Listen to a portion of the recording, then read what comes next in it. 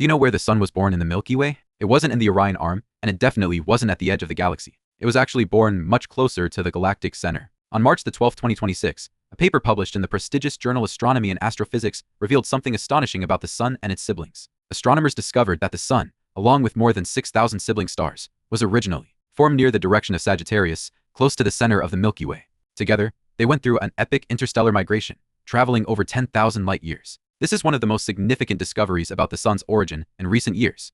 Today, let's talk about where the sun was born and why it ended up in the Orion Arm, where we are now. Many people assume that the sun formed where it currently is, but that's not true at all. It's like taking a road trip and ending up in Yakutsk, the coldest city in Russia, while your hometown is in China. The sun is no different. It's racing through the galaxy at about 230 kilometers per second, and it is now more than 10,000 light years away from its birthplace.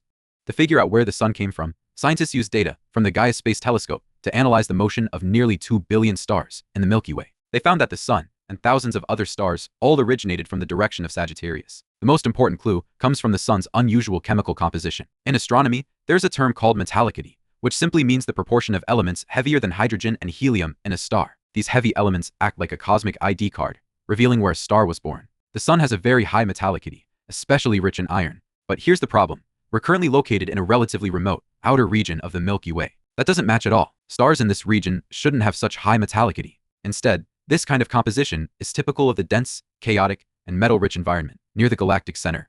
So there's only one conclusion. The sun is a cosmic immigrant. It didn't grow up in this quiet suburb of the galaxy. It moved here from the bustling downtown. So what is the galactic center like? Only for words can describe it. A violent inferno.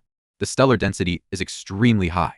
Supernova explosions happen frequently. Gamma-ray bursts sweep through like cosmic storms. If the sun had stayed there, not only would life on Earth never exist, even Earth's atmosphere would have been completely stripped away.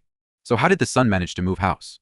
And not alone, but bringing along all 8 planets? This is where a major breakthrough comes in. Scientists turn to their ultimate tool, data from the Gaia satellite. Since December 2013, Gaia has been tracking the precise positions and motions of about 2 billion stars. By analyzing this massive dataset, researchers made a shocking discovery. They identified 6,594 stars that are essentially the sun's siblings. Why call them siblings? Because these stars share nearly identical properties: temperature, surface gravity, and chemical composition, as if they were made from the same mold. Most importantly, they are nearly the same age, clustered between 4 to 6 billion years old, including many around 4.5 billion years, just like our Sunday. These stars are now spread across similar distances from the galactic center. And do you know what that means? It means these 6,000 plus stars likely came from the same giant molecular cloud. They are a true stellar family. They were born together, escaped together, and eventually settled in this quieter outer region of the galaxy. So the sun is not alone after all. But how did they escape the galactic center? The answer lies in the Milky Way's bar structure, a massive, elongated region of stars that acts like a gravitational wall. Around it forms a co-rotation barrier, which is extremely difficult to cross. According to classical models, only about 1% of stars can cross this barrier over billions of years. Most stars remain trapped inside. So how did the sun and its 6,000 siblings make it out? Did they grow wings? The answer lies in timing.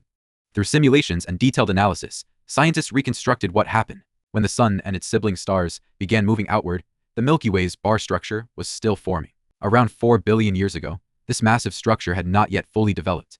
During this brief formation phase, a tiny escape window opened.